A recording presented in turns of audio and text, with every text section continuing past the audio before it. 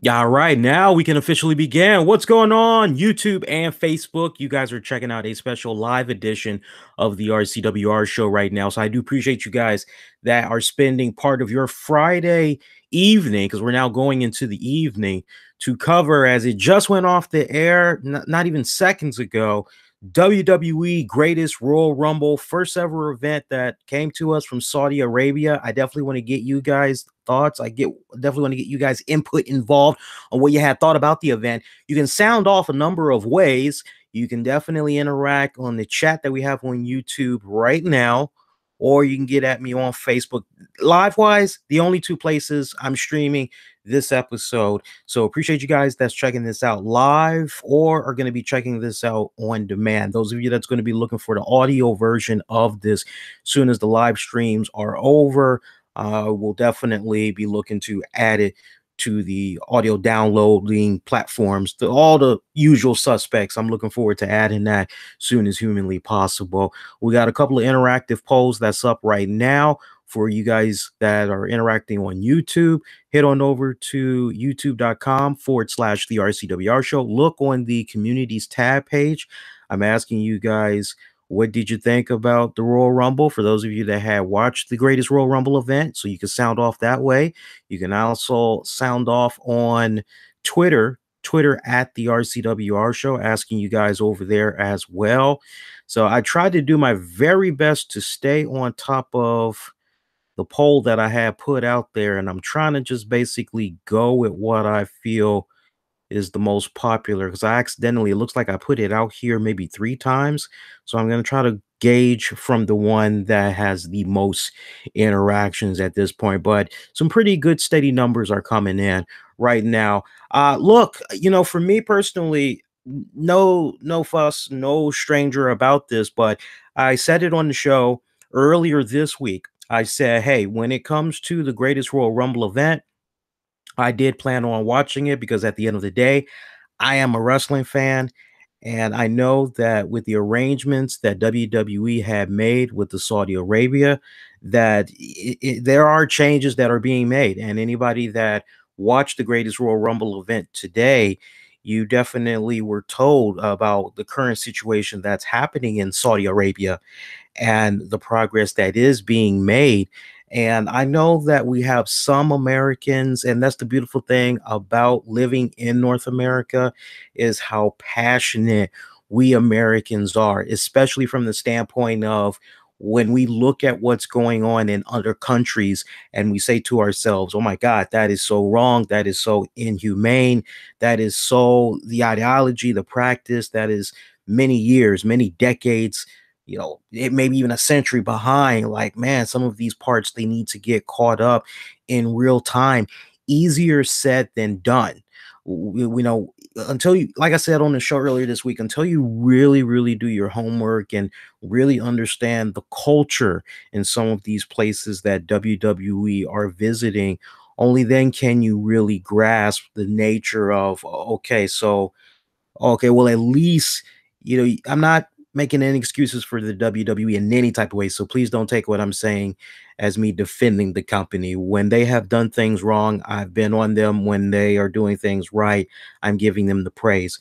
But for them to partner up with Saudi Arabia for the next 10 years to do this event, I tell you what, first of all the WWE female superstars, from what I had saw on my social timeline, I don't know how it was for you guys, but there was a good majority of the WWE female wrestlers, hell, female wrestlers, not even part of WWE, that were watching this event. But in particular, you had many of the WWE women that were vocal saying one day it's gonna happen.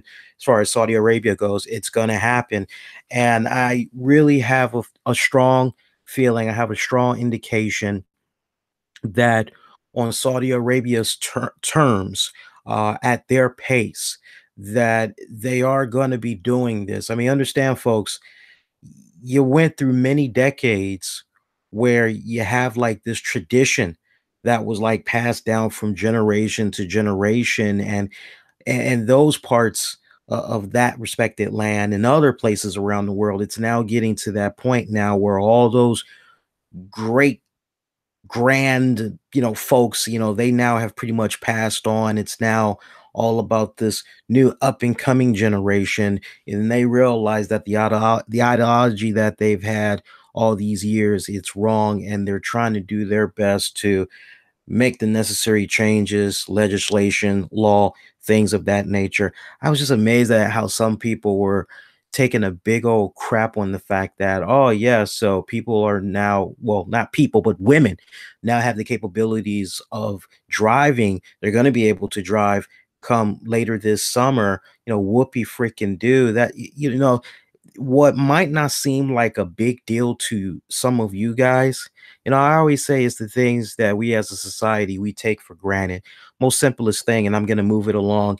You know, Sometimes I'm just amazed at the fact that when I walk into a grocery store, it's amazing how the meat is made possible for me to purchase, how the vegetables are made possible for me to purchase, anything I can possibly think of, all the choices that I have. And in other parts of the country, there are no choices. And if there are choices, the choices are extremely limited. It's really the little things that we take for granted sometimes, having access to clean water, things of that nature. So it's easy when you haven't really educated yourself on the cultural experience in other places. You don't necessarily have to visit those other areas, but to just brush up on your world news, whether it's watching the news, reading a newspaper, going online. There's plenty of ways you can go about finding out what's happening outside of the bubble in which you live in. But WWE, when it's all said and done, at the end of the day, same reason why a lot of us watch some of our favorite sports. It is a pastime. And with regards to that pastime, we want to be entertained as much as humanly possible. Come on. You're into hockey, you're into basketball, you're into boxing, or whatever your favorite sport is. There's a majority of people that when they watch these things, they don't care about the politics. They don't want to hear about what's happening in the world for just that brief period of time. They want to forget about whatever problems is going on in the world. They want to forget about their own personal problems and struggles that they're going with. And for that little brief period of a window, they want to just escape. They want to have some fun. They want to be entertained. And at the end of the day, whether some of you all like it or not, WWE, the E does stand for entertainment. And that's exactly what they were able to do. Not to mention, so refreshing seeing an event, a pay-per-view, well, not really a pay-per-view because this was not available on satellite, cable TV. This was only available via the WWE network, but still you can say it was a special event. Yeah. So to be able to see a special event like this, for me, this was a really good test pilot. You think about what went down with the Beast in the East from a while back, and now pretty much it's followed up with this event. I just have a feeling from a much more global, grander scale that we are going to get to that point where sooner or later WrestleMania is going to be coming to you from the O2 Arena. It's going to be in Wembley. I have a feeling that we are going to get to that part. I have a feeling that there's going to be other places around the world that's going to be given special treatment for really cool events. Now, I don't know if WWE can keep on doing like they did in Saudi Arabia and create new events catering just to that respected audience. But I do feel with what we've seen so far, and with the biggest test being the Greatest Royal Rumble, that in a couple of more years, WWE is going to get to that point where I wouldn't be surprised if they're going to be doing special events, like I mentioned before, Africa for that matter, Australia. I can really see it truly expanding to those horizons. And what better way to really do good, solid brand marketing, really getting your brand out there, really trying to increase viewership for your product, subscriptions, revenue, connect more with your fans. WWE has so many fans around the world. It's not even funny. And I can definitely attest to this, which is, as long as I have been doing the show, and I've been doing the show since 2011, there is like about at least 4% of my audience since 2011 that are from those areas, Saudi Arabia and all that. And it's so cool because from time to time I'll get comments from people in that country and I don't know what the hell they're saying because it's not in English and I have to figure out how to translate it. And a lot of times they're leaving really nice, cool, kind comments. How they're able to understand some of the stuff I'm able to say, I don't know if they have some type of a translation at their end, however they're checking it out. I don't know.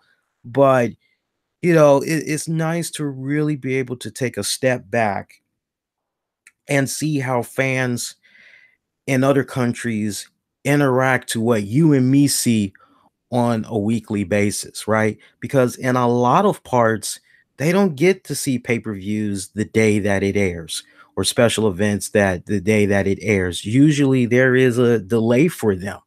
Usually it could be a case where it could range anywhere from 1 day to 3 days. And in some cases, it could even be a week. It could be 2 weeks. It just depends. I BS you guys not. It just really depends. So, to be able to just take a step back and I tell you, I was looking forward to this. I had put in my notice with the job a couple of weeks back, like 3 weeks in advance. I said, "Hey, I gotta have this day off. There's an event that I need to check out. I'm covering it on my podcast. I gotta check this out." And I said to myself, "Okay, you know what? I really just want to take a step back, and I really want to experience this greatest Royal Rumble event in the eyes of the fans of those in Saudi Arabia. I want to experience it through their eyes. I want to, really just kind of put to the side everything I've been seeing thus far and just really relish in the moment for them because this is the first time that they're getting this right at their doorstep." And I got to tell you, the fans very engaging from the moment go. Never really was a dull moment until you got to one particular tag team matchup. But other than that, I mean, just to see the many smiles on so many people's faces, uh, to see the kids in attendance, just the overall atmosphere being happy. A lot of smiles. There were a lot of smiles in attendance. It was a beautiful thing. I loved it. It was great seeing uh, dominant men were dominating in attendance, but you definitely had your women, you had your kids that were there as well. And I have to give my hats off to the WWE, whether it is from the talent, a lot of talent was on display for this. I thought for sure this was going to be a situation where some of the people that we had saw in some of these matchups, they were going to be doing double duty. But no, I mean, only thing that was missing from this greatest Royal Rumble event were the female wrestlers. They pretty much had everybody that we see on Raw and SmackDown as part of this spectacular event. So I would imagine that anybody, unless you were a female, I would imagine anybody that did not come on board and make the traveling commitments to be part of this event, I would imagine that when it comes time for those books to open up and all right, who we going to give a pink slip to? I would imagine that whoever did not go to this event, they are probably going to be given they're probably going to be looked down upon. Quite honestly. That's honestly the vibe that I'm getting. Let me tell you. But no, everybody that you saw from Raw and SmackDown, even certain individuals from NXT were part of this. We'll dive into all of that. Not one female in sight. Things began for me. I don't know how it was for you guys, but things had began for me at 11 a.m. as that's when the pre-show had came on. It was an hour long. Why it was an hour long? You have me quite honestly, because when it's all said and done, there were no dark matches. We did not get any dark matches whatsoever. It was just basically a whole hour of Byron Saxton. Byron did a really good job basically leading his pre-show panel that consisted of Booker T and Jerry the King Lawler. Later on, he would be joined by, or they would be joined by Jim Ross, And I gotta tell you, you could really tell from just the pre-show panel that the days had been pretty. What's the right word I wanna say? I think the right word I want to use is exhausting. The week that they had, as fun and exhilarating as it was to be able to take in all the sights, the culture, the food, everything, right? Being in those parts, I could really tell that it was a situation where all the prepping that they had to do, the constant prepping, that they were a bit exhausted. And I think those that had watched the pre-show would agree with me. There were a lot of times where it kind of seemed like the guys were kind of low on energy. But I thought at the same time that particular panel showed a lot of potential to the point I would love to see somewhere down the road that same panel, assuming we put them in a position where hopefully WWE gives them more rest. But I would love to see that panel again. I thought they all had gelled pretty well together. I really had loved the interactions between Booker and Jim Ross, or maybe it was King and Booker. I just everything was good. That whole lineup was actually just good. I really actually did enjoy it. Actual card, we go. Let's go. Now, look, I'm not gonna go over the nook and cranny of every single. This ain't ESPN Sports Center. All right. I'm not Michael Wilbon. Lord knows. I know I was bald at one point. Now I have a full set of hair. And yeah, so yeah, as much as I'd like the compliments, backhanded compliments of me being Michael Wilbon, no, we're not going that whole. And then this happened. I'm only going to talk about some of the things that jumped out at me, that I thought were noteworthy. We'll pretty much go from there. Of course, I'll definitely give you the finishes as well. But overall, the presentation of this event, I'm thinking, okay, this is just going to be kind of like another edition of Raw, maybe a little bit of SmackDown mixed in, and whatever. But I mean, this event, so much production value went into it. I mean, from the way the matches were filmed, and anybody that watched it will tell you what you notice off the break. And what better way for the greatest Royal Rumble to begin than with the game Triple H taking on John Cena? You heard me right. That's not a typo. In real time, the first match that we got to kick things off was Cena taking on Triple H. And you're going, whoa. And just from the minute that you watch this match, you watch the pyros and everything. I mean, it was treated like a WrestleMania. I mean, hell, I enjoyed what I was seeing from a production value standpoint with the effects more so than a lot of parts I saw of Mania, or even in the Americas Royal Rumble from a couple of weeks back. Okay. And I'm sure there'd be a good vocal amount of people that would agree with what I just said there. And many points throughout this event, WWE tried some very interesting experiments as far as the type of filters that they were using to film the event. A lot of times there was a cinematic type of feel to it. The best way I can describe it, I swear it kind of felt like maybe WWE was playing around with a combination of 4K technology and what you would normally watch on Netflix, say with Marvel's Daredevil or The Punisher. They used some new camera equipment, and I liked it. I liked it. They actually even showed some interesting. They actually even showed some very interesting angles that made me go, "Wow, well that's kind of cool." I didn't know they would. Okay, cool.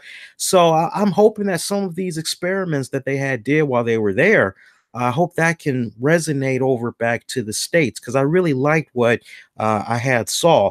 But I got to tell you, to see John Cena and Triple H lock it up again, and shout out to those of you I interacted with all throughout the event. One of the first things I had put up on social media, I had said, hey, guys, for those of you that have not seen Triple H and John Cena go at it before, veteran fans, they already know.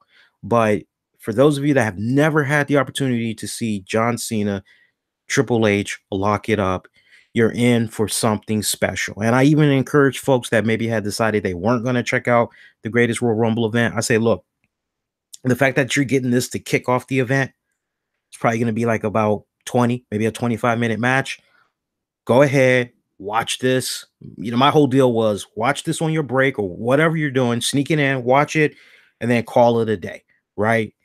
And I thought it was interesting because at one point I heard the color commentators, I forgot which one it was, but one of them had said, this marks I want to say, uh, I can't remember the number they put out there, but they basically were saying, hey, it's rare that Triple H and John Cena lock it up. And when they said that, I'm going, yeah, you know what? Let me actually do my own respective research. Let me try to verify this.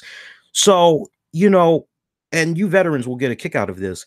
Triple H and John Cena, just from the moment John Cena came into the WWE all the way up to now, when you look at how many times they locked it up, what has been documented from many of the sites that I had went on that keeps track of this type of stuff is about 23 matches total that John Cena and Triple H locked it up. But here's where it gets interesting. A lot of those matches that Triple H and John Cena were involved in, there were other people involved too. So now you got to filter that a bit. And the way you need to filter that, you need to say, okay, well, how many times has John Cena and Triple H locked it up one on one? What's going on with that? And that was actually a very low number, believe it or not, a very low number. As a matter of fact, the number I'm seeing here, they win at it minus what they did at today's Greatest Royal Rumble.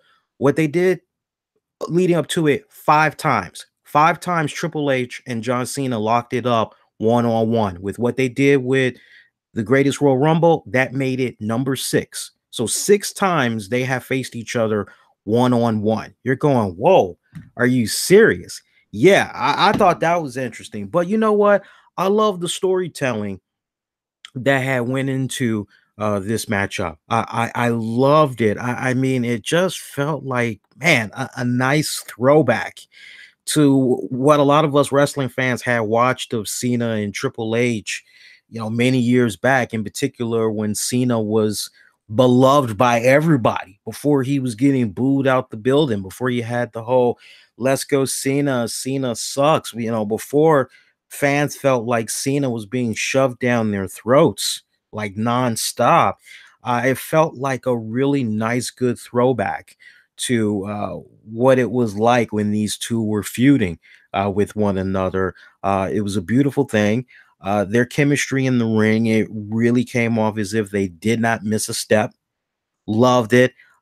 This match and a lot of the other matches, there was a couple of botch spots here and there, and I'm sure Matthew from Botchamania is going to be having a field day over some of the stuff that we had got as far as botches goes. But the closing moments of this matchup, we basically saw a situation occur where John Cena, he had did the attitude adjustment to Triple H, and then just when you thought it was over, John Cena actually put himself in a position where it looked as though he was maybe going for the STF, but no, he actually just grabbed Triple H by his ankles, like towards his feet, and he basically slingshotted him into the turnbuckles. So you have Triple H hit the turnbuckles, bounces off of that, and then lands right into the arms of John Cena, who gives him another AA. And 1, 2, 3. That's pretty much it. John Cena afterwards grabbing a microphone and basically saying to the crowd that he's honored, he appreciate having the opportunity to be able to perform in front of Saudi Arabia, its people, and that what they were doing was very historic, and basically how it was a testament of how the times are changing in certain parts of the land, in particular in Saudi Arabia. And he just pretty much acknowledged his appreciation as far as his involvement in being able to be part of something so special. And it just kind of reminded you of the whole Rocky IV spill at the end after he beats Dolph Lundgren, yeah, Dolph Lundgren's Ivan Drago. It kind of reminded me a little bit of that. But I was also fondly reminded of freaking Christopher Reeve's Superman and the Quest for Peace, Superman 4, the Quest for Peace. I was also kind of reminded of that hearing John Cena cut his little promo, but great stuff. I enjoyed it. It was good. So great storytelling that they had in that matchup. I mean, of all the matches, I would definitely, if there was one I could pick out in particular that I would try and encourage folks to check out that haven't seen the Rumble yet, that one off the break, I would say check it out. And supposedly Cena and Triple H in real life, apparently they had decided that they wanted to kick off the event because they pretty much had wanted it for after they got done doing what they were doing. Two things.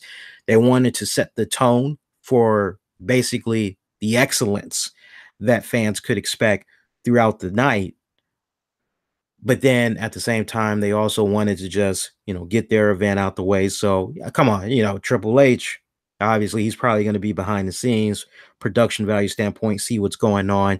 Cena's kind of now at that point as well, where he's probably trying to see what's going on, watch the event as well. Not to mention he's got other commitments. So he did kind of briefly, without being full blown, while he was giving that post victory speech, he did acknowledge the fact, inadvertently, of what was going on with him and Nikki Bella, the breakup, and talking about how he's been having a little bit of an emotional roller coaster in his personal life or whatever. He only highlighted it just a little tiny bit, but it was good. It was a good matchup. So from there, we had Jeff Hardy taking on Jinder Mahal for the United States title.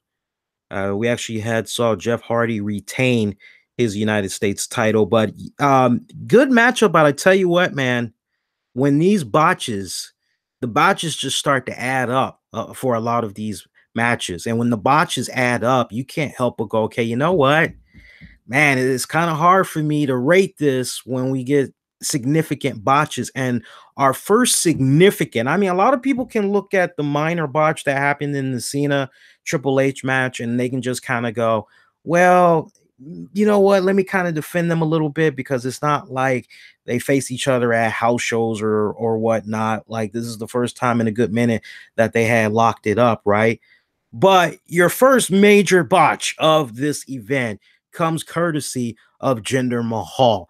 Okay, so at one point you have Jeff Hardy. He goes up on the top turnbuckle. He looks for Whisper in the Wind, and he does it. I mean, it's pretty as always. Looked really good.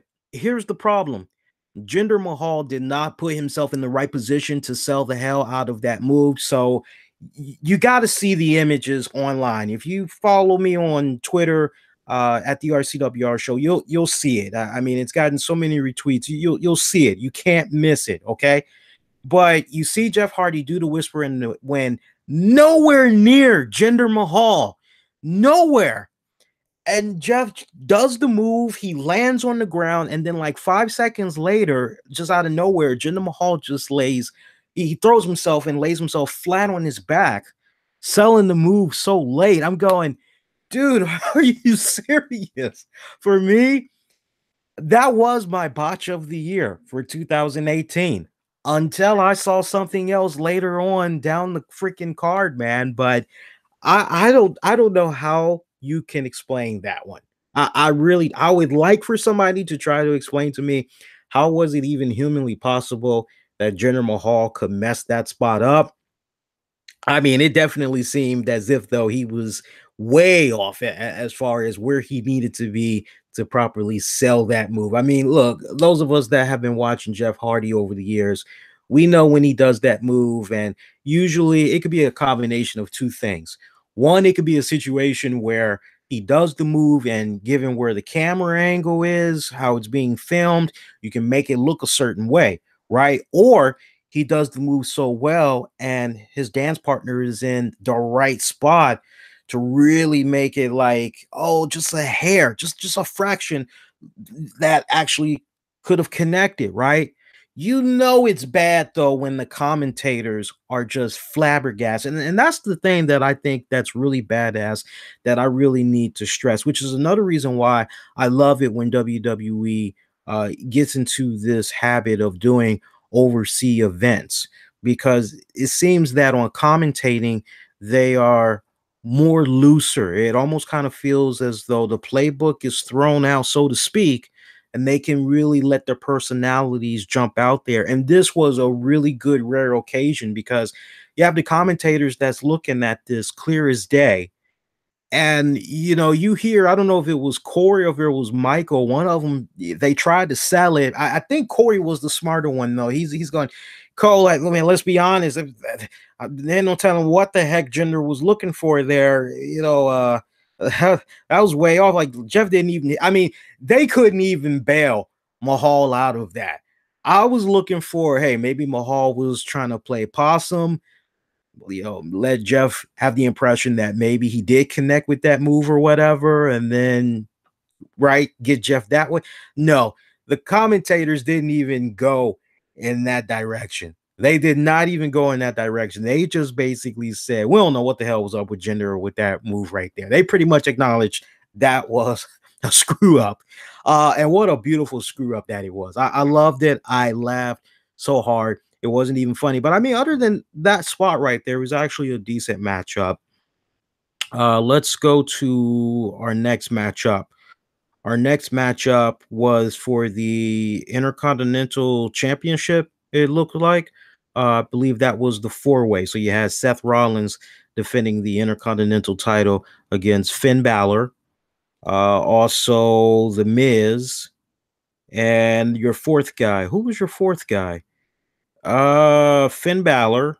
Hang on, guys. When in doubt, just look at your card. That's all you got to do. So I took down all my notes. I just didn't write down the participants here. I'll get to Bludgeon. Yeah, let me actually, you know what? Bludgeon Brothers, they were before the ladder match for the Intercontinental title. So actually, forgive me for a second.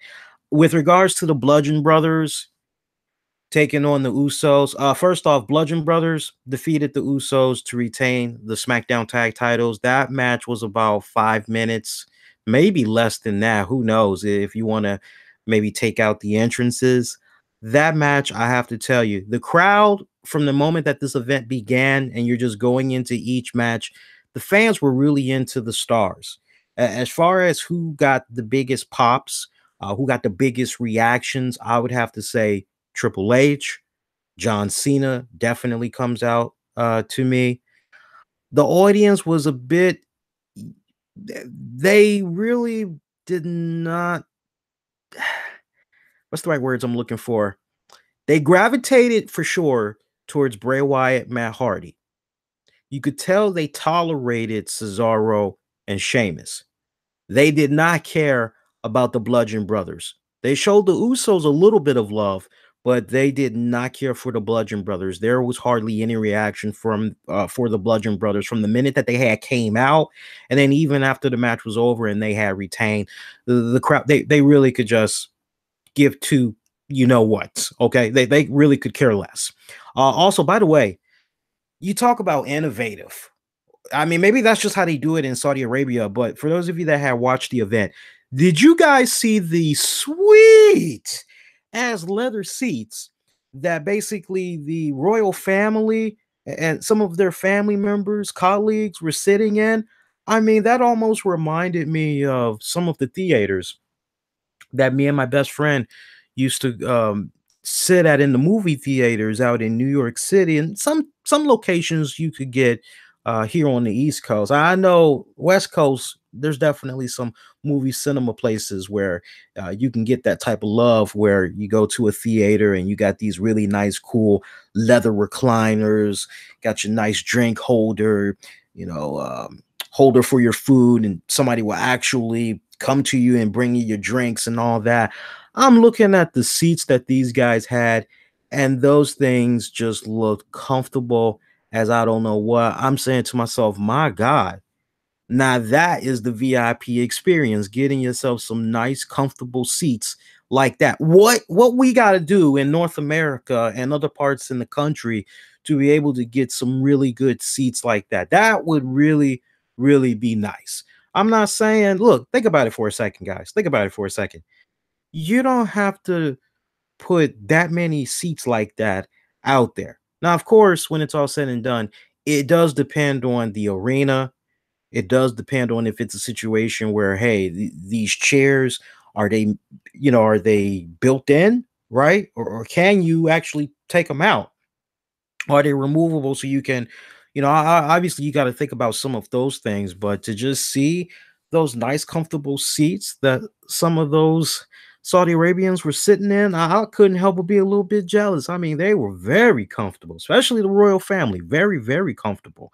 But no, I mean, the match came and it went. I wish I could give you guys a little bit more than just that, but the match came and it went. It went over like a wet fart. And make no mistake about it, that is not a diss to the Usos in any type of way. Let's really make sure we stress that. The roller coaster ride, good ride at that, that the Usos have been on for like the past year. I mean, they deserve all the praise in the world. It's just with regards to the Bludgeon Brothers.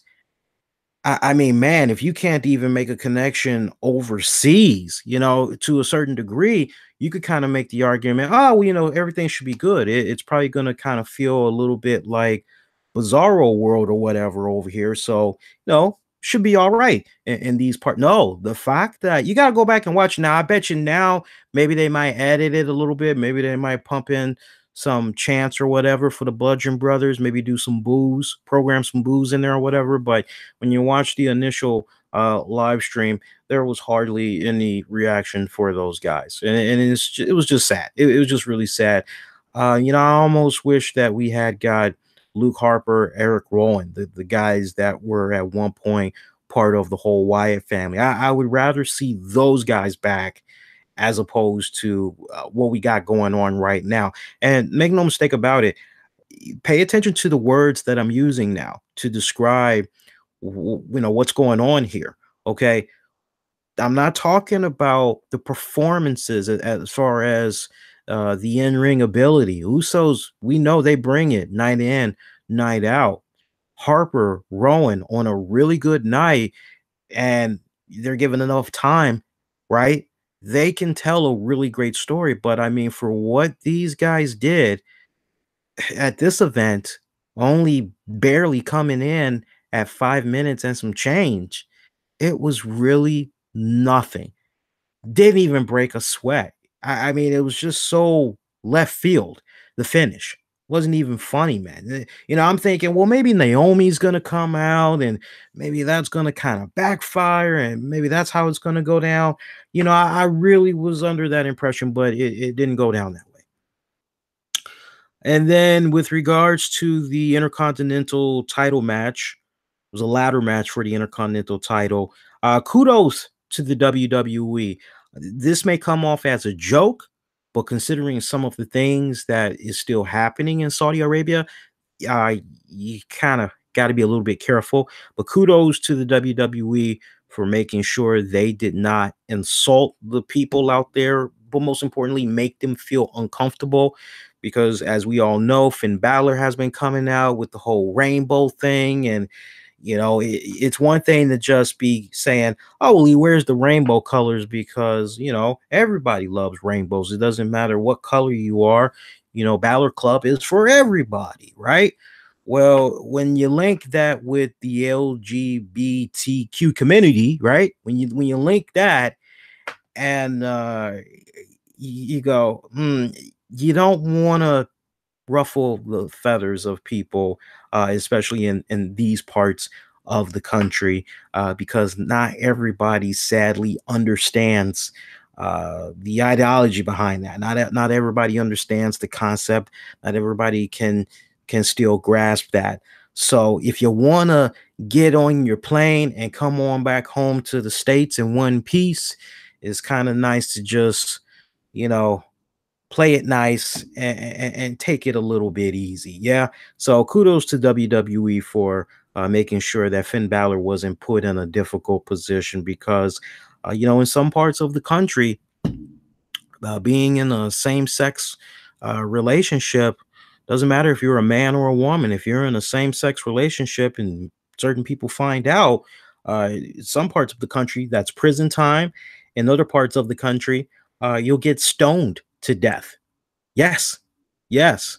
It's crazy. I know. So it's good that they didn't set up Finn Balor. They just pretty much had him come out in his traditional black and white attire. Um, Hang on a second, guys, because at some point I'm gonna have to go on ahead and I'm gonna have to recognize some sponsors here for a little bit here. So let me just boom. But yeah, some parts of the lands, some parts of the world, because there are some parts of the world, you got to be careful. You got to make sure that you don't offend certain religions. You got to make sure you don't offend certain governments, things of that nature. This was actually a really good intercontinental match for the a ladder match here for the Intercontinental title. This actually was pretty good. This actually was pretty good. I enjoyed it. I didn't really appreciate a minor botch that we had got though. We had saw Samoa Joe at one point. He sets up this ladder, and he sets up the ladder in one of the corners. He's beating the crap out of. I want to say he was beating the crap out of Finn Balor, and then he tries to set up this ladder. Then he focuses his attack on the Miz, but then all of a sudden, for just no reason, nobody used the ladder in that corner at all. The ladder on its own, it just fell. And you're going, what the hell was that about? Luckily, Balor was nowhere near that. Otherwise, that could have ended up being a really bad spot. But that was actually all those men. They really did a phenomenal job in the ladder match. I thought it was pretty solid. Closing moments of that one, we actually saw Finn Balor just steps. All he had to do was just go 1, 2. That would have been it. Grab the belt. That's it. He's the new Intercontinental Champion. Seth Rollins just came out of nowhere. You know what it reminded me of? It reminded me of you're trying to walk into a Best Buy, and maybe you're trying to make sure you grab yourself the newest, I don't know, for the sake of the argument, you're trying to grab the newest Super Nintendo, Super NES Mini, right? And there's a person that's racing ahead of you trying to get in there. They're trying to hurry up and get in front of you. And basically, because you moved a little bit too slow, they were able to get the last one. And now you're screwed because that was it. Nobody else in the area has them. So you're going to have to wait a couple of months now as a result. I felt bad for Finn Balor just from the storyline purposes. I felt bad for Finn Balor because I'm going, what the hell? It's like, oh, he was that close. But at the same time, now you potentially have the seeds that has been planted of maybe Finn Balor going in a different direction with his character. It's a possibility that maybe he could start showing a little bit of a mean streak, if you will. I mean, just think about that. Just storyline wise, he's there. No competition. No competition at all. All he's got to do is just 1, 2, grab the belt. That's it. And then Seth Rollins just comes out of nowhere, races, grabs it, and that's pretty much it. So, I mean, if that does not create a mean streak in a Finn Balor, I would like to know what WWE exactly has planned. I mean, you kind of got the impression that with what they had did with Finn Balor there in that particular spot, that they're going towards something, that they have something planned, something is laid out for Finn Balor. I want to see where this goes. All right. My mind, I'm curious. And when the curiosity gets the best of me, I love that. I say, WWE, keep it coming. Now you've got me reinvested in Finn Balor again. And I think for a lot of us, there was that period of time where, okay, we're not getting the demon. What the heck is going on? And we just see Finn Balor just kind of floating on the roster there, right? And some people feel a certain way with regards to Finn Balor. Oh, he's not getting the run he deserves, whether that just means him getting some type of a title run or some type of a push, as many people like to go with. One thing could be an agreement. It's a little bit of a head scratcher when you look at a guy like a Finn Balor, everything that he's capable of doing in that ring, what he has been capable of doing in that ring for many years now, even before coming into the WWE. It is kind of one of those head scratching moments sometimes when you look at a guy like him and you say, What's going on? He's pretty much got everything that WWE would want. Why aren't they pushing this guy to the moon just yet? What gives? So to now be in this position as of today, going forward, where now you've got this new inquiry, this new excitement for Finn Balor. I like that. That's gonna definitely, I think, help him out for a couple of weeks to come. I would imagine that Balor, Seth Rollins, yeah, they're gonna be locking it up again. Could it maybe come as early as Backlash? We'll have to wait and see with regards to that one. See. Other than that, what's our next match here?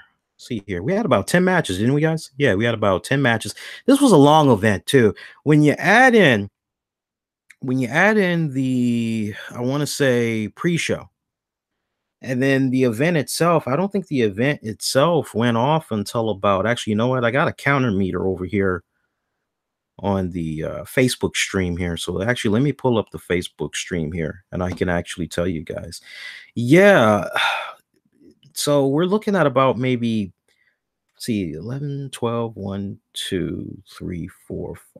Yeah, about 6 hours. Yeah, guys. It's about like a 6 hour event, 6 hours plus, it kind of felt like. It went by pretty quick though. I'll definitely say that. I mean, every moment was enjoyable until you got to that spot there with the Bludgeon Brothers. Then it was kind of feeling like you were watching a very weak edition of Raw or SmackDown, give or take. Next matchup. Let's talk about this next matchup, and then I want to take a pause. Actually, you know what?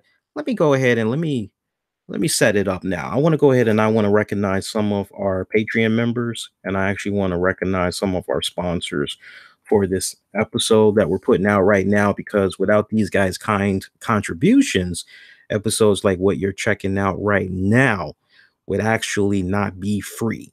So it is with all of these people's kind contributions and working with us, contributing to the show, that they are making it possible for you guys. So for our Patreon members, want to give a shout out to Joe Raymond Jr. Shout out to Joe. Also, shout out to Michael Wolf. Wolf. Shout out to John Davis. Shout out to my good friend Anthony Missionary Thomas of Wrestling Soup. And shout out to Joe Compton. We appreciate all of you guys, our awesome Patreon family. And our Patreon family, I gotta tell you, man, if you haven't signed up to the Patreon, you should. You should actually consider subscribing to the Patreon page, because we put out some really great content. I mean, take your pick. If you are a movie buff, you like latest movies that's out in the theaters, or maybe some nice, good throwback movies, some hidden gem movies that's reviewed. I do a little something called 30 with Lee, where I review some movies. So you can check that out. And that's always fun, because I'm usually teaming up with Tammy, and we're just going back and forth with some really great stuff. Coming up, we're going to be doing a free-for-all. Now, sometimes we do free-for-alls where everybody can access them, even if you are not a Patreon subscriber. As long as you have the link, which I put out, I say it's a free-for-all. You guys can check it out. We're actually going to be doing a free-for-all on the new Avengers movie. And at the same time, I'm going to put out a free-for-all for Black Lightning now that the first season is over, and we're going to put out a edition for Jessica Jones season 2. So all that's going to be great. And then you also get the new series, Wrestling with the Topics. That just covers a wide range of really cool topics. Not necessarily wrestling. It just honestly has a lot to do with whatever comes to mind, whatever we want to talk about. That show's actually been received fairly well for the past 2 episodes that we've put out so far. So you get access to all that, any exclusive RCWR show. You get access to all that for just $5 a month. So do actually consider being a Patreon member. You can learn more, patreon.com/RCWR show. Shout out to those of you that's checking this out on Facebook right now. See some decent interactions on the Facebook channel here.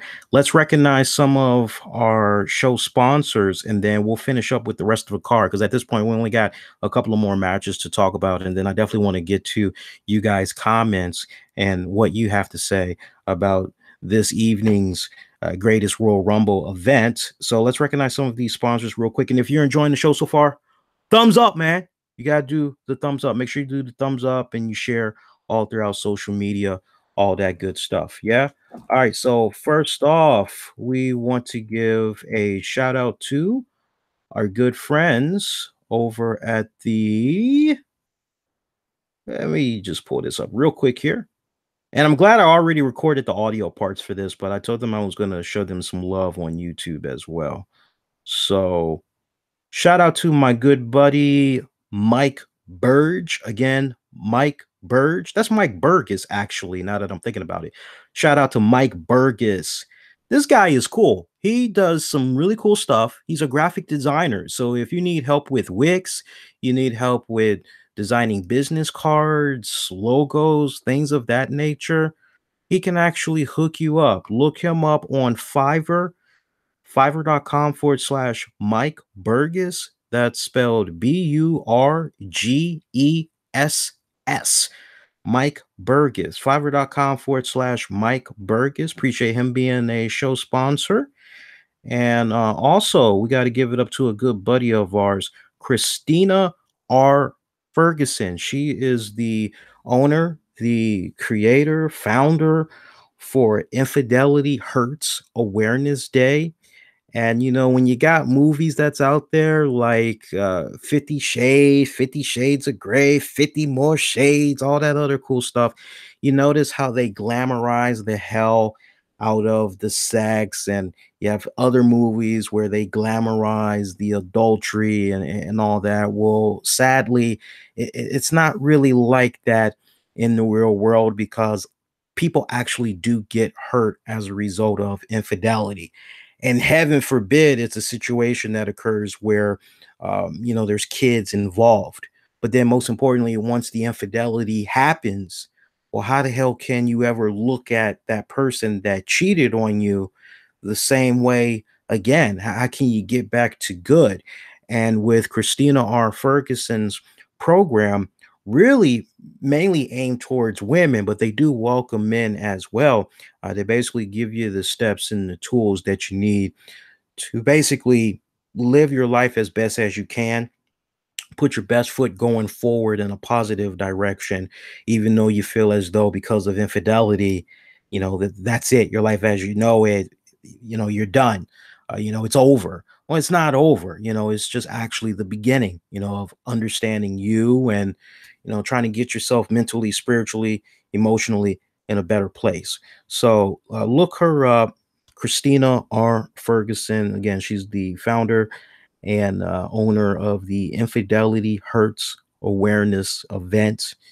Usually that takes place in the Washington, D.C. area. So we definitely appreciate her. Longtime sponsor of the RCWR show, boys and girls. Me and her have been working together for a couple of years now. So she is definitely a friend and family member of the RCWR show nation. So we do appreciate her and her sponsorship.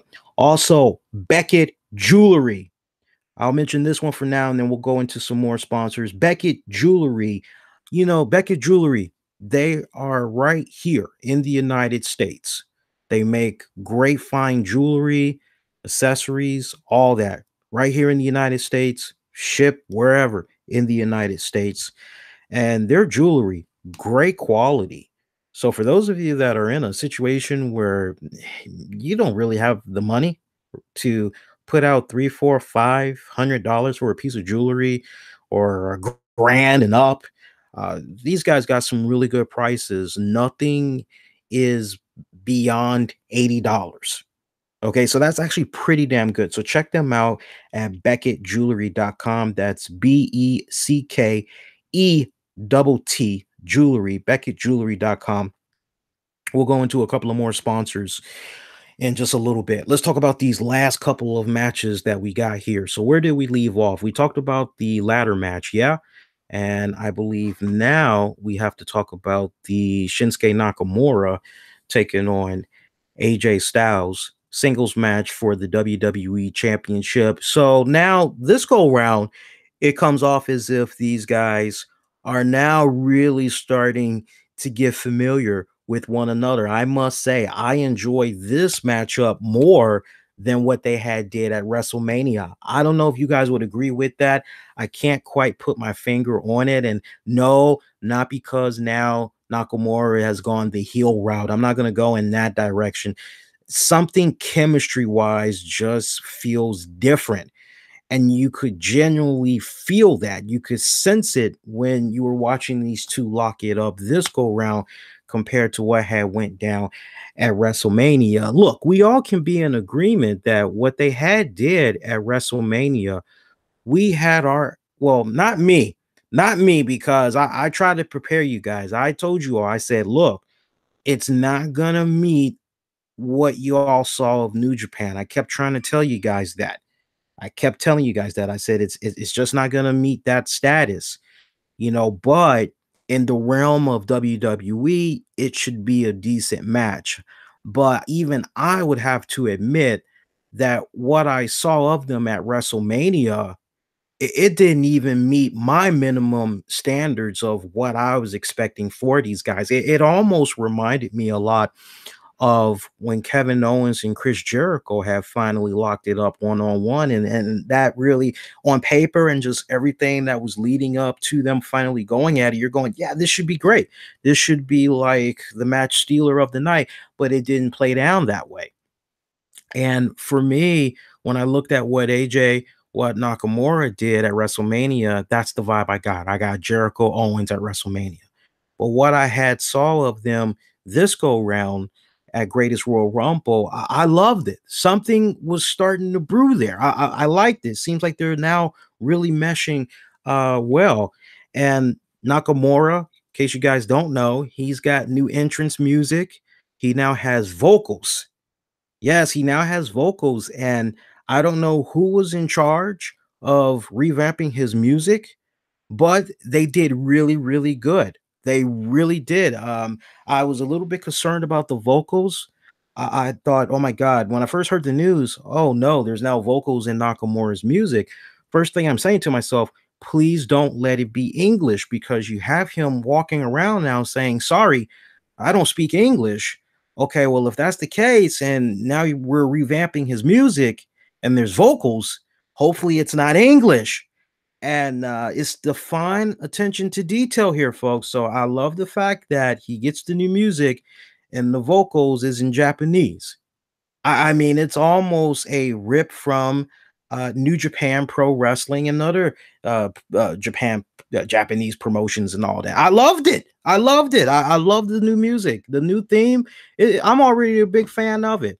And I would highly encourage anybody to go out of their way, if you haven't heard his new entrance yet, go check it out. It's actually available on YouTube, probably on their website. But when I saw it, it was on their YouTube channel at WWE Fan Nation. And somebody was really cool. I believe someone that's bilingual that actually had posted what the vocalist is saying. And you're going, wow, well, that actually fits where Nakamura is right now.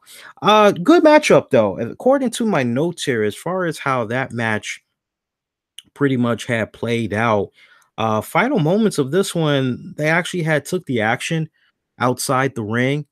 AJ just basically snapped. They were fighting outside, and I tell you, I ain't never seen a referee count to 10 so fast in my entire life. I thought for sure it was going to be one, take whatever, how long you need, a 5-second pause, and then be like, two. I thought for sure it was going to go down like that, but no, this referee apparently 1, 2, 3, 4, 5, 6. I think you're out. It's kind of like one of those Looney Tune things. You're going, damn. So the title does not change hands. Title did not change hands. I would imagine that it's far from over. Now you're going to have storyline wise Nakamura go to SmackDown and basically say, hey, that was some BS. What went down with AJ Styles there Like he couldn't beat me, so he settles for a count out. That's one way that Nakamura can spin it. Of course, AJ can spin it, the other way. I need you guys to correct me if I'm wrong, but Nakamura, AJ, they're going to be locking it up a week from Sunday at Backlash. Is that correct? Do I have that do I have that information right, guys? Let me know.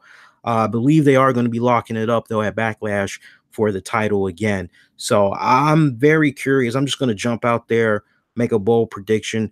I would imagine it's probably going to end up being a no disqualification match for the WWE title. I would imagine maybe something like that's going to go down, or it could be a situation where if AJ loses via count out or disqualification, that the title can and will change hands. I would imagine they're maybe going to tweak it like that as well. Kind of like the latter a bit more. So very curious to see how that's going to play out actually.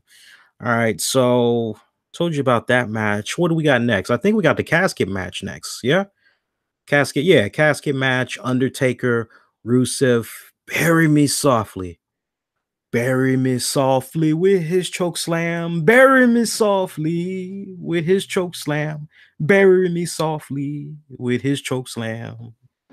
Burying me softly into the casket, courtesy of his choke slam. No, like loved it. For me, what I was looking for was Undertaker. How's he going to be physically? We saw what he did at WrestleMania. That was great. That was great. And I still feel the way that I felt when I last talked about The Undertaker on the WrestleMania After Show, which is okay, you know what? What we had got of Undertaker at Mania, that was great. If we can continue to get Undertaker in little small bursts here and there, he's not doing 15, 20, 25-minute matches, then yeah, Undertaker can wrestle for an additional 3 to 4 years if he's just here and there sprinkled across throughout the calendar year. And I tell you, he was a lot more. I don't know if you guys would agree, but for me, he seemed to be a lot more physical, especially on the offensive side in this one, as opposed to what he did with John Cena. Now, some could kind of make the argument, Lee, it's about even when you look at the length that he was with Cena and then the length of which he worked with Rusev.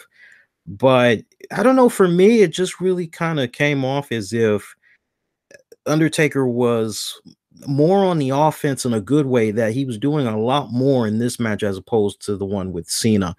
And I was quite pleased. I really, really was taken back and going, all right, Taker. I mean, he almost to me looked like an Undertaker from just about 5 years ago, give or take. So loved it. Loved the outing that he had brought out there. Now let me look at things from the Rusev standpoint. By the way, in case you haven't figured it out, Undertaker, he did win. I would imagine there are those of you that did not think for 1 minute that Undertaker was going to be losing this. Surely you guys knew that Rusev was going to be losing to the Undertaker. I mean, come on now. But no, seriously, let's flip it. Let's look at things from Rusev's standpoint. Rusev, I know some people are going to look at this. No, Rusev can't catch a. First of all, Rusev is probably on cloud freaking nine right now. And I bet you whoever gets the opportunity to interview him in the coming weeks and follow up with him about the match with The Undertaker, I bet you he will talk about how much like he really appreciated doing that match, that he was given the nod to work with The Undertaker. I wouldn't be surprised if he talked about how in his younger years, or maybe even a kid, that, hey, if he'd have told me I'd have the opportunity to work with The Undertaker, I'd be going, are you serious? I'm sure there's a part of Rusev that's probably marking out deep down inside that, my God, I was able to not only share the same ring with The Undertaker, I actually was able to work with the guy. How badass is that, right? So I would imagine, win, lose, or draw, he's got the bragging rights. Hey, I worked with Rusev saying I worked with The Undertaker. Like, how about that? Not bad if you really stop and think about it. Man, married to a beautiful, gorgeous looking woman, get to travel the world, making history in Saudi Arabia, and I'm facing the Phenom. Man, this is kind of like better than what I did at WrestleMania. Man, this is pretty. Yeah, I'm sure he's probably on cloud nine right now. So I mean, I don't want you guys feeling like, oh, poor Rusev. No, Rusev is just fine. Not to mention the payday that him and these other cats are going to be getting for this match that they had did for the event that they showed up at. I would not feel bad at all. I really, really would not. All right, so we got that match down, and let's see, Brock Lesnar, Roman Reigns, steel cage match for the WWE Universal title. I tell you, man, if there was ever a moment where you think, okay, titles changing hands here, no.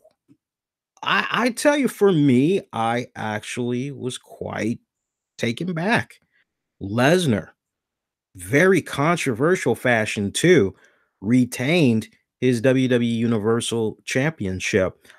Look, you already know the spill about a typical Brock Lesnar, what he does on the offense. So, if you're kind of like me and you're already a little bit tired of seeing these guys lock it up, right? Right. I know there's some of you guys that's out there, and that's no diss to both of these men. I think it's just a situation where when you're given too much of a Brock Lesnar that just does certain things offense wise, you kind of go, yeah, that's what else? What else we got?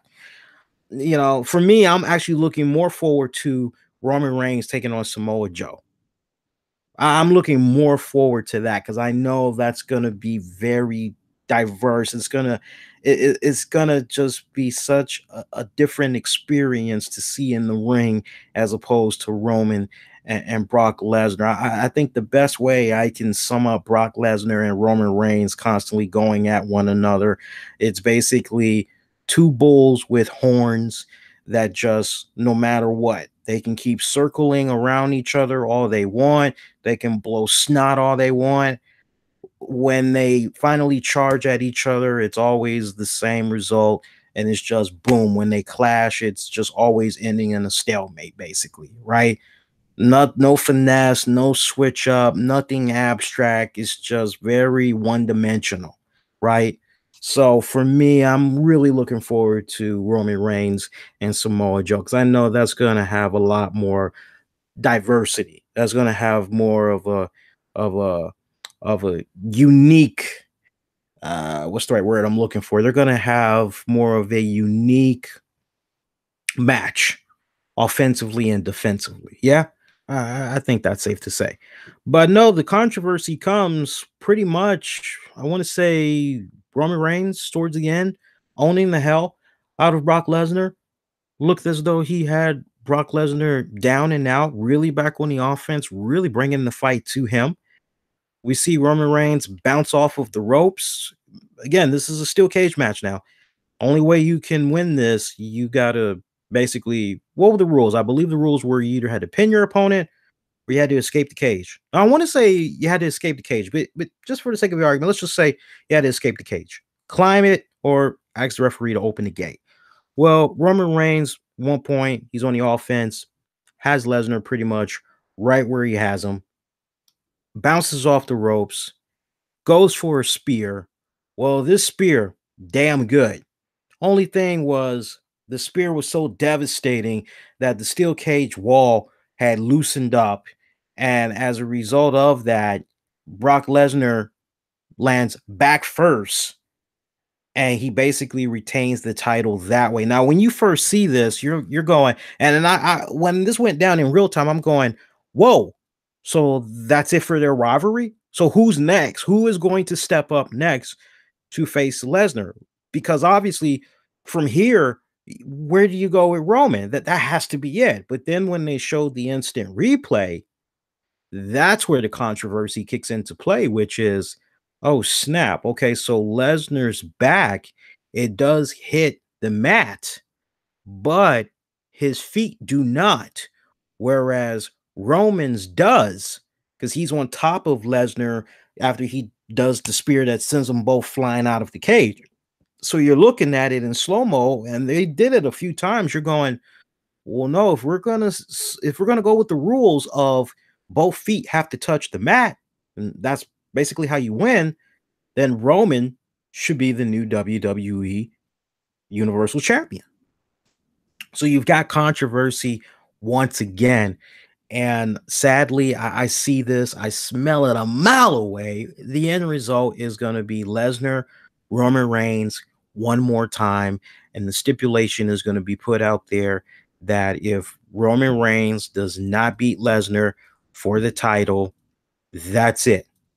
He will not get another shot at the Universal title so long as Brock Lesnar is the Universal Champion. I have a feeling that's the direction they're going to be going into. Take that for what it's worth, but that's just the vibe I'm getting. I mean, if it was me personally, if I was booking what's going to happen with these two men next, that's actually the direction that I would go. That is actually the direction that I would go. What could you do? I mean, could you make it be some type of a non-disqualification match? Do you maybe now, has it reached that point where you go hell in a cell? Do you maybe go there? Because usually when you do the hell in the cells, when you do a steel cage match, usually that's the end of the feud. And I was under the impression, well, this is going to be it.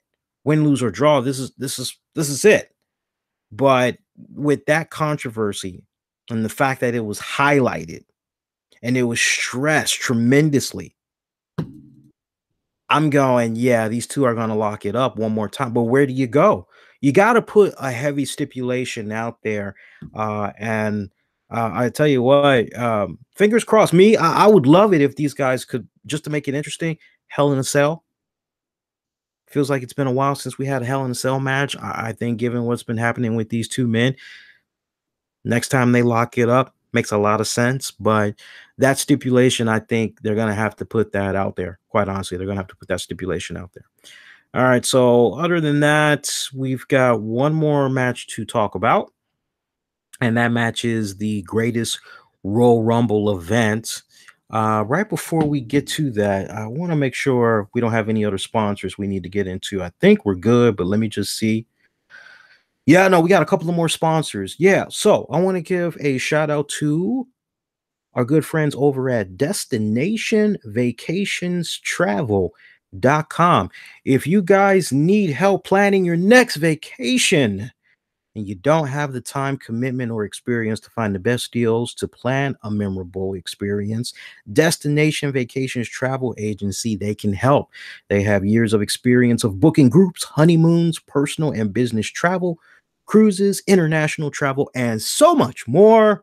Reach out to them on Facebook at Destination Vacations or give them a call, area code 630-491-6864. Once again, 630-491-6864. One more time, 630-491-6864. Let them do all the work, or if you're a do-it-yourself person, you can also book through www.destinationvacationstravel.com. One more time, destinationvacationstravel.com.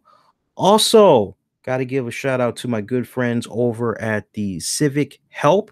Civic Help, they have this really cool app that basically, let's say, for instance, you need help in your respected area looking for someone to mow your grass, or maybe you're looking for a contractor that can come out, do some work on your roof, things of that nature. Whatever the services you think you may need, Civic Help can actually assist with that. Kind of think about it like Angie's List, so to speak, but with more affordable prices, things of that nature. And if you are a contractor, a freelance contractor at that, and you're looking at other avenues where you could potentially build your clientele, make yourself some decent money, Civic Help, they can actually assist with that as well. It's an app. All you got to do is just look it up in iTunes, Google Play, and you can pretty much download it for free and get started. Civic Help. So check them out. Appreciate those guys. Love them. And also, I want to give a shout out to my good buddy, our good friends over at the Midwest Ecom Conference. It's a 2018 e-conference event that's going to be happening in Minneapolis, Minnesota on a Friday and Saturday in late July. You guys that are aspiring eBay or Amazon sellers, if you're looking for tips and tricks, you're trying to figure out ways to maximize on revenue, that is the conference you all need to be going to. You all can learn so much. It's a great fun-filled 2-day event. There's going to be a lot of good food. There's going to be a lot of great activities, a little bit of something for everybody. They're even going to be doing some happy hour stuff. Yeah, happy hour, little fun activities there. All right. So check them out. If you want tickets, booking information, and all that, head on over to MidwestEcom.com.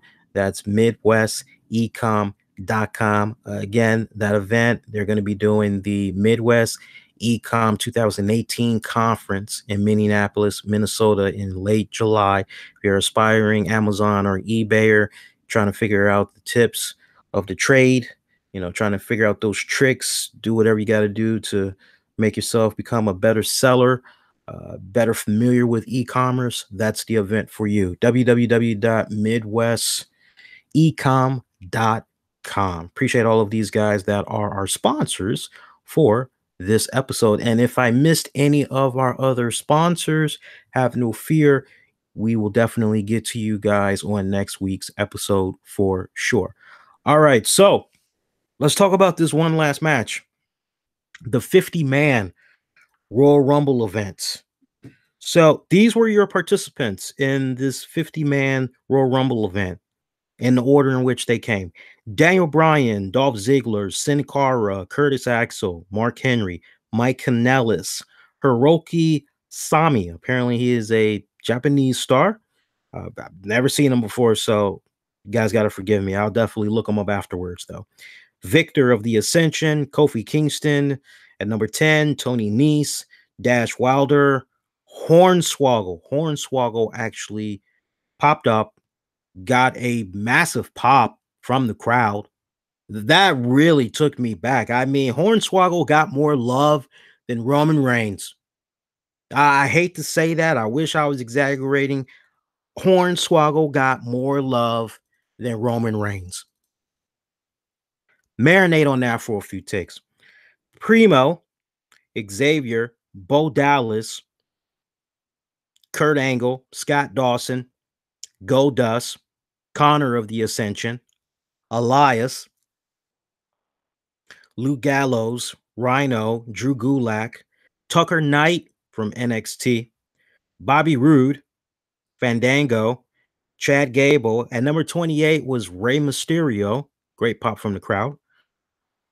Mojo Rawley, Tyler Breeze, Biggie, Carl Anderson, Apollo Crews, Roderick Strong, Randy Orton, Heath Slater, Babatunde.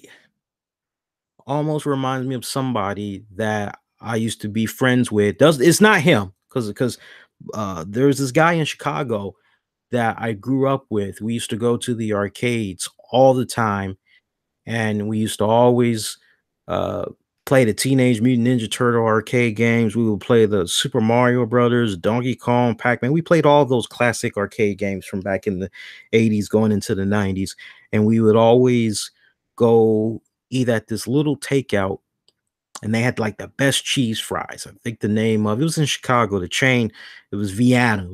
That was the name of the restaurant, Vienna franchise. And they would fry up some of the best hamburgers. You get yourself a good hot dog, all that good stuff. And they made really good cheese fries.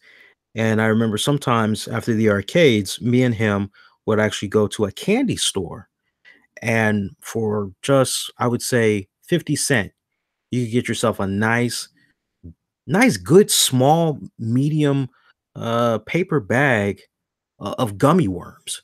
Was really good. Was really freaking good. But his name was Babatunde. his name was actually Babatunde. Cool guy. And this guy, his name is Babatunda. My guy's name was Babatunde. This one is Babatunda. So kind of interesting there. Baron Corbin, Titus O'Neil, Dan Mata, NXT, Braun Strowman, Ty Dillinger, Kurt Hawkins, Bobby Lashley, Great Khali. Why everybody just quietly standing there, letting Great Khali gingerly walk his way, limp his way to the ring is beyond me. I groaned when Great Khali came out. I'm sorry, Saudi Arabian fans. I love you guys tremendously. I love people of all nationalities, but Great Khali is the drizzle and shits. I mean, my life flashed before my eyes with how long it took for him to get into the ring. I mean, I was already 50 years of age. I don't already had two kids that went to they're now of legal age and they're now in college. Hell, one of them has a kid on the way. That's how long it took him to freaking walk on down the ramp and get into the ring. I was aging right before my own very eyes watching Great Khali gingerly limp his way to the ring, man. Kevin Owens, Shane McMahon, Shelton Benjamin, Big Cass, and at number 50, Chris Jericho. Those were all of your Royal Rumble participants, your greatest Royal Rumble participants. In the end, it came down to Big Cass and Braun Strowman. It was looking close. I had said to you guys on the show, I said, I would like for it to go to somebody that's kind of up and coming. I had said Cass. Cass would be good. I even had said Strowman. There was a third person I had mentioned. I can't remember who it was, but I said, let it go to somebody that could really use the bragging rights. And I'm really glad that it ended up being Braun Strowman, but I would have been fine with Big Cass as well. But for Braun Strowman to win it, I think that's a really good testament as far as where he is right now with his tenure in the WWE. I think it's a testament that the powers that be in the company, they like the progress that Braun continues to make. They love the commitment that he has been showing and how serious he is in the position that he's been put in, and he's making the most out of it. And slowly but surely, he is earning those stripes as far as being a good, reliable guy.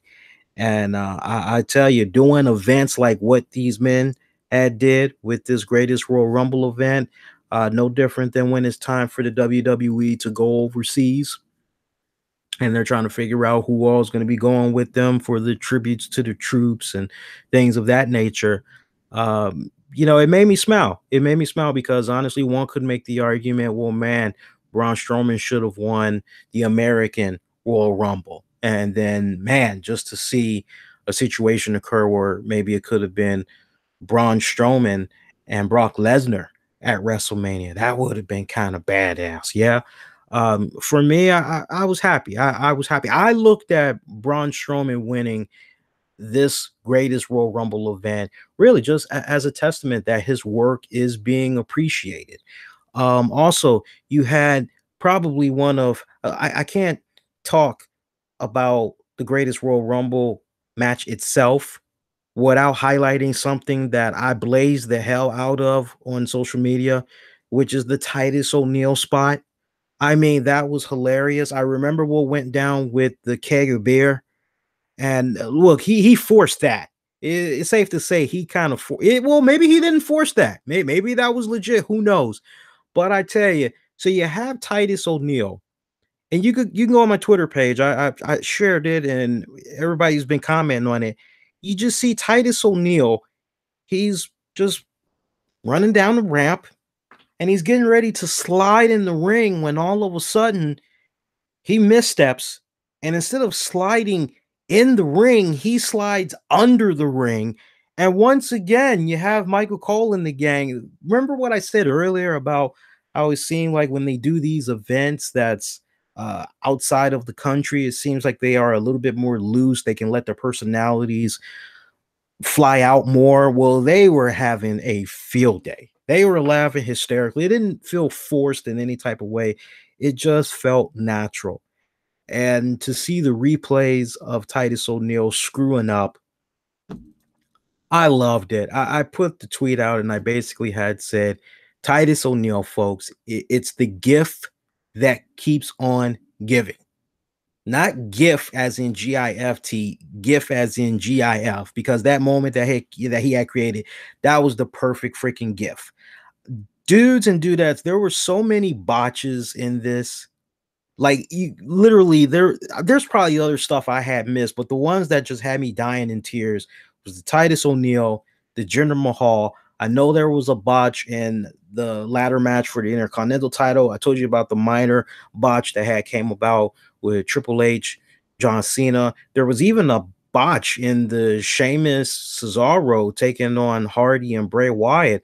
Sheamus at one point didn't realize he was the legal man, and you're going, Sheamus, you're going to get in, right? Like, and Sheamus just, I don't know what the hell was going on with that. During the Rumble itself, Dash Wilder eliminates himself. I mean, I swear that was unintentional, but the guy actually eliminated himself. That left the color commentators kind of flabbergasted. They tried to clean that up as best as they could. I'm telling you, Botchamania is going to be having a field day when they get ready to compose all of this. I can't wait. I can't wait to just hear the quirky little music and all that, and just experience the nice. I just love me some Botchamania, but man, there was just so many botches from this event.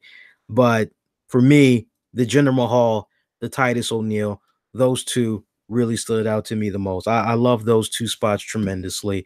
But overall, I would have to say that the Greatest Royal Rumble event itself, it gets a pass. It does get a pass. It gets a pass from a couple of different standpoints. It gets a pass because, one, it's nice to see how different cultures experience what has always been kind of like a fabric in our very lives from the minute that we're born. You feel where I'm coming from? Because for a lot of us WWE fans, it's kind of like an American thing, right? And so for us to really be able to take a step back and see through other countries' eyes how they're viewing some of these stars, amazing. It's amazing. It was truly a really cool experience, a surreal experience. I would have to say I loved it. I loved it tremendously.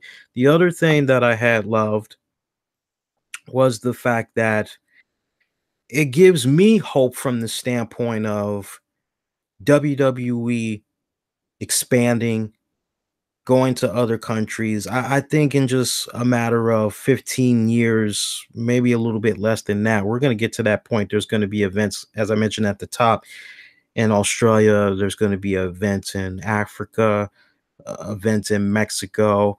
I can really genuinely tell that now more than ever, WWE wants to do their very best in expanding in these respected areas. I'm sure they're looking at the CMLLs. I'm sure they're looking at the New Japans. Hell, they're looking at Impact Wrestling. I'm sure they're looking at a lot of promotions, and they're probably saying to themselves, we've got the financial resources, we have the talent, we've got the manpower. This should be us as well. We should be going out to these same areas as well and are trying to do something. It's all about just figuring out the logistics, quite honestly, making sure that, hey, if we're going to do this event out here in this country, we all are going to be back in time for the shows out in North America or wherever else. Just a matter of getting the logistics down. Of course, if the money is right, but still the logistics, they definitely need to figure all that out as well. So I'm hopeful from just those standpoints. And as I had said on the show earlier this week, it was a great segment too. Sadly, Epic Sports didn't upload that portion of the show, but I basically had talked about how, actually, no, they did. They did upload it. Forgive me. They did upload it. How I've always been and continue to be a big fan of women's wrestling. I talked about all the promotions I grew up watching, and I'm still an advocate for women getting the opportunity. So, call me a dreamer, call me a fool, call me whatever, but I'd like to at least have a healthy debate with you, have a conversation about it, and not resort to name calling. Because I would like to think that us wrestling fans, we're bigger and better than that. I would like to think that when we disagree with something that we're saying, that there's ways that we can go about saying, "Hey, respectfully, I got to disagree with your point because think about it from this standpoint."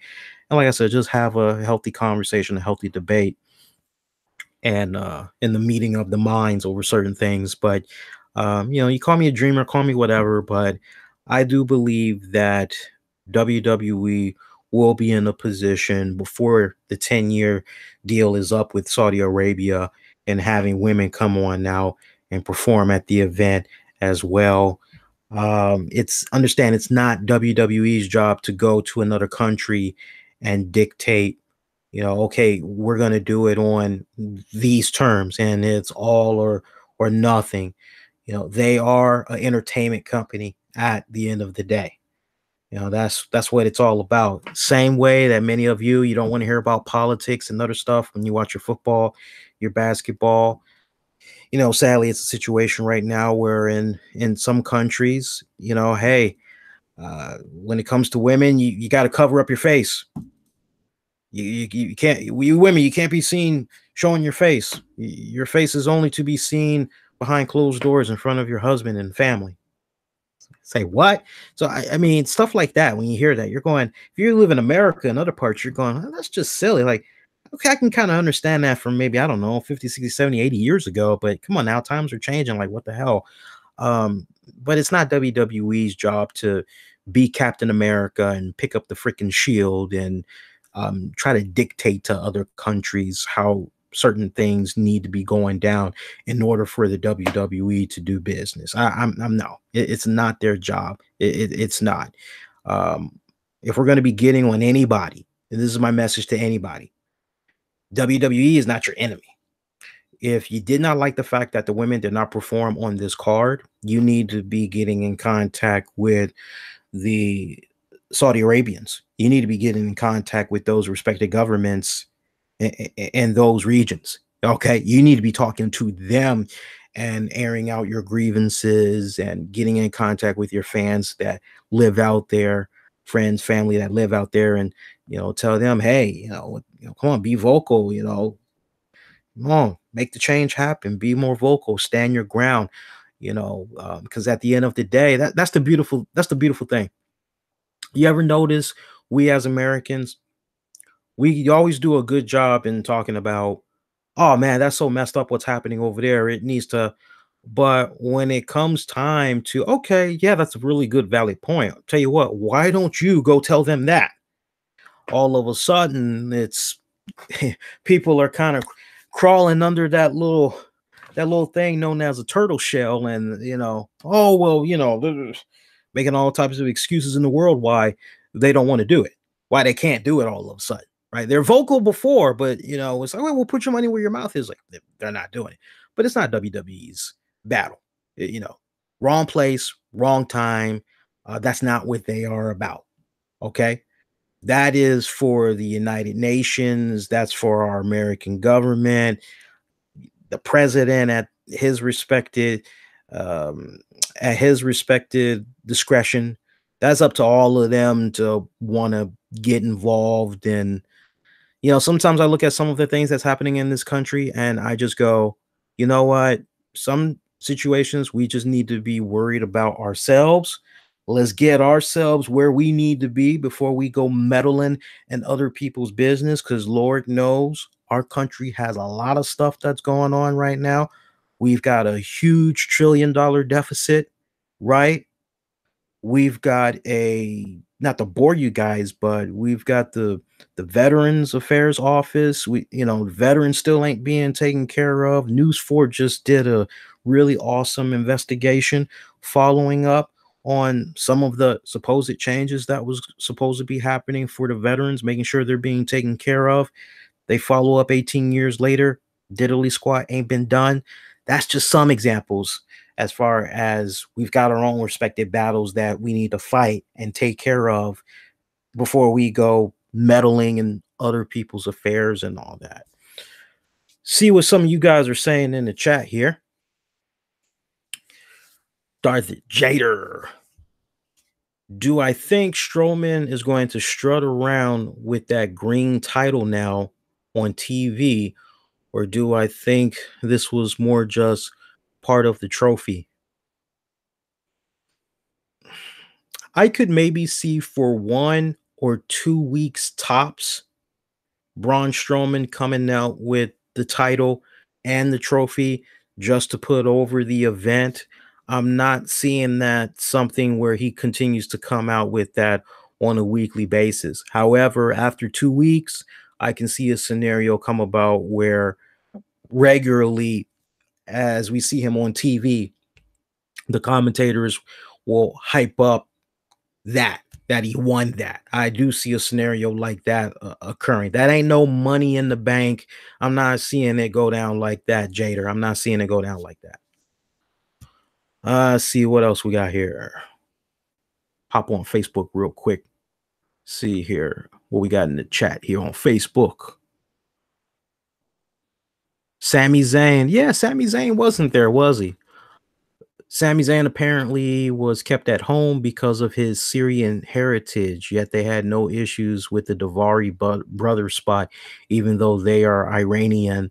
Yeah, dude, I cringed on that spot. I almost forgot about that because I just thought that was a silly spot to see the Davari brothers talking to those four guys that went to the WWE Performance Center, right? Earlier this week, they had like a whole week tryout. Of the four guys, I like the one with the long hair, and I like the one that had a nice looking face and he had a grayish short sleeve shirt. Those two look like they may have a little something as far as personality. I'm not too sure about in-ring ability, but I tell you what, the one with the long hair, he showed me some type of fire in his promo. He showed me he can be molded. So I see potential in him. I definitely see potential in the one I had described earlier with the short sleeve shirt. But the other guys, I'm not seeing anything. They seem like one-hit wonders to me. I might be wrong. Wouldn't be the first, wouldn't be the last. But I'm not really seeing anything with those other guys. Yeah, that was a nice little spot. I mean, come on.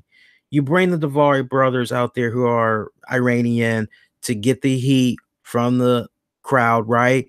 That made a lot of sense. It made a lot of sense and it worked. That's the other thing. It worked. Okay.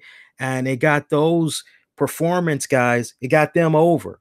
So hopefully, I hope we see, if not all four of them, I hope that at least the two I mentioned of the four that eventually we do see get the opportunity to continue on their journey and being a pro wrestler for the WWE. I think that was really cool though that WWE had gave a select few the opportunity to get the training from some of the best. I thought that was a really nice, cool gesture and all that. Uh, yeah, yeah, dang, I thought that was really cool, nice gesture. See what else we got here. And I'm with you. London deserves to host a WrestleMania. They do. They do. I love it when WWE is able to go out and perform on the UK tour. I love it when we get it from London. I really, really do. Nothing gives me more joy than seeing a London crowd.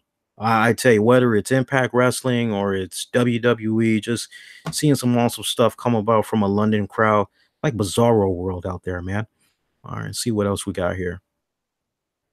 It gets a pass though. The Greatest Royal Rumble, it definitely gets a pass from me. I'm not gonna do the whole 8 out of 10. I'm not gonna do it. It gets a pass. It definitely gets a pass from me. It was enjoyable. Now there are two interactive polls that's out right now, and let's see how it's looking on YouTube here. YouTube, I have as follows. Okay, so right now, go on to the YouTube page, guys. Click on the communities tab, RCWR Show, youtube.com/the RCWR Show. And then click on over to the communities tab page. So far, we've got 60% of you that's giving it a thumbs up, 30% of you are staying in the middle, and 10% of you are giving it a thumbs down. All right. And let's see. Over on the Twitter poll, that's where we got a big bulk of the stuff coming in here. Let's see how that's looking. Whoo, hot damn. Let's see here. Yeah, we're going to go with that one. That's the winner. Yeah, let's retweet that one again. That's actually a good one. We got about almost 200 votes right now via Twitter. This is how it's looking, guys. We've got 5% of folks that are saying not going to watch it. 13% are giving it a thumbs down. 24% are staying in the middle, and 58% are giving it a thumbs up as it stands right now. Go through Twitter real quick here. I'm still seeing a lot of interactions for some of those. I'm still seeing a lot of the interactions for the you got to go on my Twitter. If you're not following me, you really should follow me, because sometimes I be talking mad crap on my Twitter page. So, and it's actually kind of cool interacting with you guys between the shows. I try to do my best, but mainly these days I'm really posting a lot of stuff on the Facebook page and on the communities page for YouTube. But get at me on Twitter, Facebook, Instagram, YouTube. Use the keywords, the RCWR Show. God damn. So it's just blowing up over here, man. I got like a tie right now, man. I'm getting so many retweets and favorites and comments for the Whisper in the Wind GIF. And then the Titus O'Neil joint. It's like, well, no, the Titus O'Neil's actually in the lead right now. That's kind of cool. I like that. It's actually in the lead right now. All right, so let's see what other comments we got from you guys here before we get ready to wrap up the stream here. I gotta say, to kick off the weekend, very relaxful. I'm really glad that I actually took the day off from work to check this event out. I really was not trying to miss this. Let's see here. See, Exotic Mods pay-per-view was pretty basic or lackluster. Didn't really care for it. Wasn't really hype. No, they did a good job in hyping it. Exotic, I think the area where maybe you could say, that didn't really, there wasn't any. Let me look at the card again. Here. I mean, other than Braun Strowman, other than Braun Strowman winning the Rumble, you just go with the rest of the matches. Everything was pretty predictable. Probably the one match that you thought, okay, there's going to be a switch up here, was Lesnar defending the title against Roman Reigns. And I know I'm not the only one that was jumping out there saying, oh no, Roman's going to win. He's going to win it overseas because they got to make it look like this event was spectacular, that it was a must see. But no, the fact that you even had Lesnar retain, there really was not any shock and awe value. But I tell you what, for really good quality matches, minus the SmackDown Tag Team titles match, all the other matches were actually pretty good. Actually, you know what? There's two matches I'm looking at that I want to take off the table. Let's just say Jeff Hardy, Matt Hardy, Bray Wyatt taking on Cesaro, Sheamus. Let's just say that didn't happen. Let's also say the Bludgeon Brothers taking on the Usos. Let's just say those two matches right there were off the card, and you just went with everything else that was on there. It was actually a pretty good card. You could almost kind of say in a lot of areas it edged out more so than the Royal Rumble in the States. You could almost make that argument that it was a little bit better than the one in the States. Or you could also make the argument, legit argument, that what Greatest Royal Rumble was lacking in, Royal Rumble in the States kind of had the one up, and then vice versa. So it really depends. It really depends. It's almost like you like your Coca-Cola chilled or you like it ice cold. It just depends, right? Depends on who you talk to. See what other comments we got here. Eddie, sorry that comment was hidden, man. That's not my doing. Sometimes YouTube will hide some comments. So actually, let me help you out there. Eddie has said, "Damn, that's BS. A tyrant country hosting it."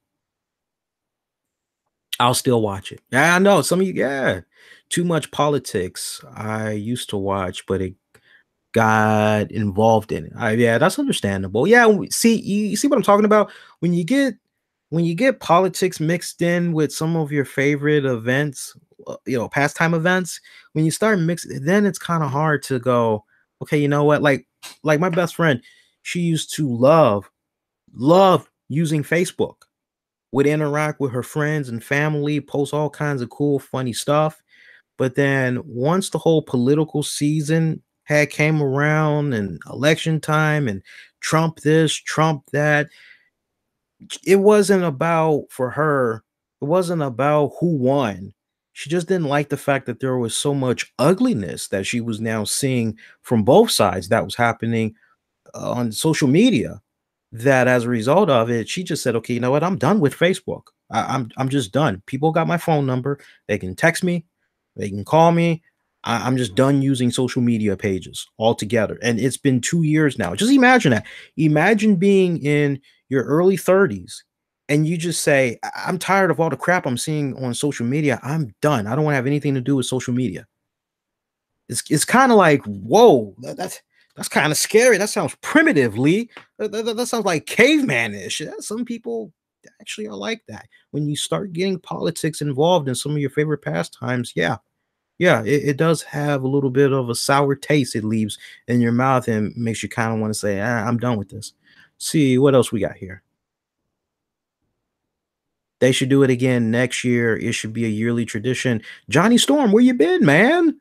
Where you been? How you gonna call me the RCWR Show Center, and then you say they should make it a yearly event? Where you been, dog? It is a yearly event. You didn't know? Your ass better call somebody. It's a yearly event. They worked out this deal with Saudi Arabia. They got a contract with these guys for 10 years. The royal family, we're going to continue to get the greatest Royal Rumble or whatever other event they want to call it. They got a 10-year commitment. This ain't the one and only time they're going to be at that arena, my friend. Oh, yeah, they're going to be doing a lot more. Let's see what else we got. Roman Reigns put on performance where Brock Lesnar still did win WWE Universal Championship and still, ooh, Steven, brother, the way I noticed, man, I ain't knocking you. You need to take your time spelling some of your stuff out, my friend.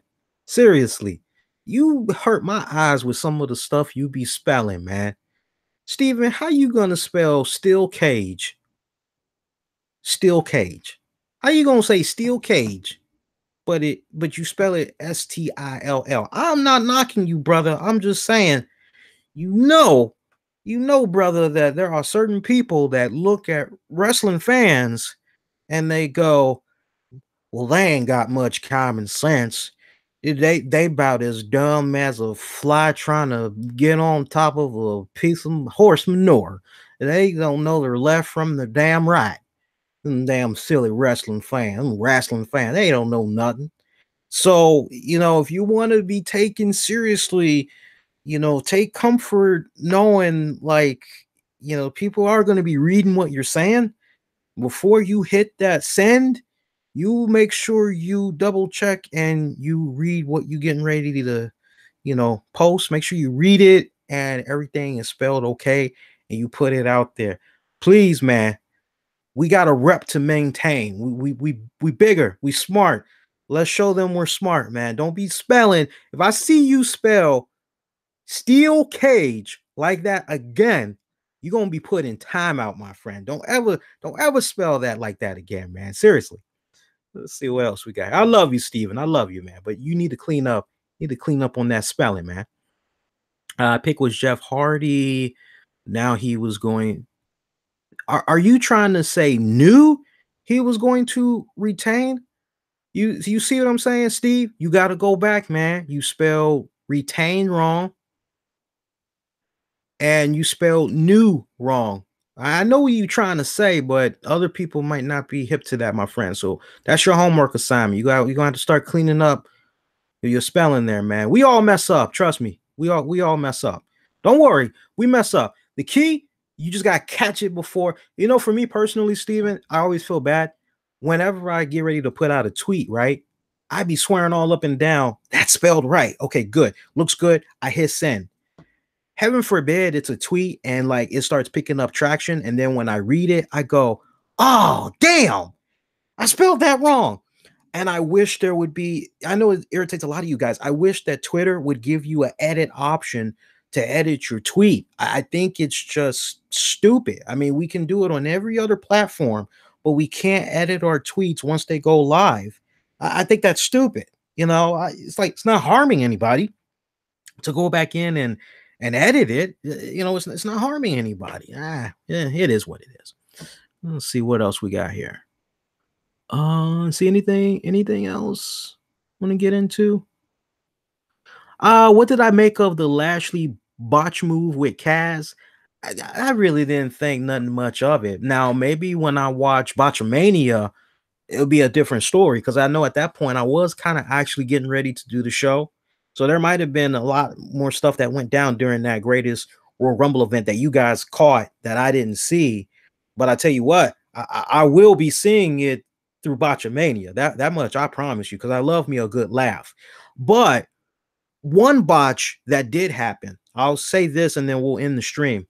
I was disappointed that WWE booking, whoever was booking the Royal Rumble match itself, I'm very disappointed that we did not get a stare down moment between Daniel Bryan and Kurt Angle, because for a lot of people, myself included, that was a dream match. So to now be in this position where you're watching the Rumble and like as soon as Kurt Angle goes in, I don't know about you guys, but as soon as I hear the music of Kurt Angle, I'm going, oh man, and Daniel Bryan's still a little bit on fire right now. Okay. All right. So let the two of them do a little something. And then at one point, their backs are turned to each other, but they turn around and they just do this stare down. Let the crowd feed into it, gauge them. Let's see what's up. Have the commentators hype up all the things that these two men were able to accomplish, right? Put that whole, oh my God, for a lot of fans, this is a dream match, Cole. And right when it looked as though they were going to be locking it up, then you just have some guys hit them from behind or whatever. And then that's it. Tease it, but then that's it. I was very disappointed that if there was ever a time you could have did that. That was your moment. Regardless if you would have done the match at SummerSlam or at next year's WrestleMania or not, just to tease it, just to kind of give that nod to fans that have been saying over the years, hey, we're aware that for a lot of you guys, y'all really would love to see these two guys in the ring. Well, here you go. It's a little something. It's not a straight up one-on-one match with just these two, but at least we're tossing you guys a little bit of a bone that's been saying this has been your dream match over the years. So yeah, I definitely was a little bit disappointed that you want to talk about botches. For me, that was like, how could you do that and you don't go in that direction? That was a little bit nerve-wracking for me. All right, so other than that, I think that is it, guys. All right, so I'm gonna go on ahead. I am gonna shut this stream down.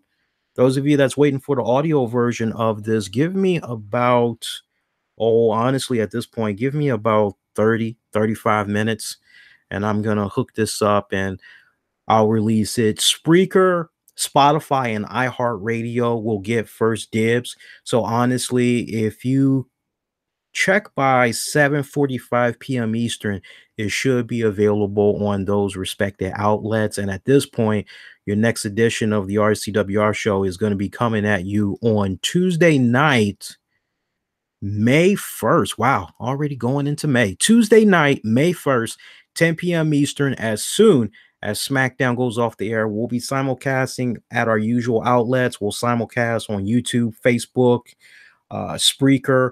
Also, I don't know how many of you guys are aware of this, but we do have our very own show app. It's available in the Google Play Store for free. Also, the RCWR show is now on Spotify. So one of the many ways we try to continue to give you great content, make it more accessible for you guys to check out. Yeah.